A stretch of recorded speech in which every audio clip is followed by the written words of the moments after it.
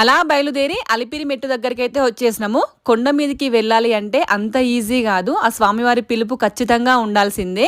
ఒక్కొక్కరు ఒక్కొక్క రకంగా కోరికలు కోరుకుంటారు. ఈ మెట్లను నడుచుకుంటే ఎక్కడమే చాలా కష్టంగా అనిపించింది. మధ్యలో ఆగుతూ ఎక్కుతూ ఉన్నాము. ఈ ఫ్యామిలీని చూస్తే చాలా సంబరంగా కూడా అనిపించింది. తను 3550 మెట్లు ఇలా మోకాళ్ళతోనే ఎక్కుతుంది.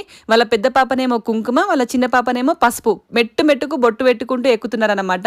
అసలు ఆ కుటుంబాన్ని చూస్తే చాలా సంబరం అనిపించింది. ఇది రెండవసారి అంట వాళ్ళు అలా చేయడము. ఇంకా ఈ అన్న అయితే 3550 మెట్లు మెట్టు మెట్టుకి ఇలా హారతి ఇచ్చుకుంటూనే వచ్చారనమాట. అలా ఈ రోజు మెట్లు ఎక్కుతుంటే ఇలా నడకదారిలో వచ్చిన వాళ్ళు మెట్టు మెట్టుకి బొట్టు పెట్టుకుంటూ వచ్చిన వాళ్ళని చాలా మందిని చూసాను, కానీ ఇలా మోకాళ్ళ పైన హారతి ఇచ్చుకుంటూ వచ్చిన వాళ్ళని స్పెషల్ గా వీళ్ళిద్దరినే చూసానమాట. ఇంత పరమ భక్తులని చూసినందుకు నాకైతే చాలా సంతోషంగా అనిపించింది.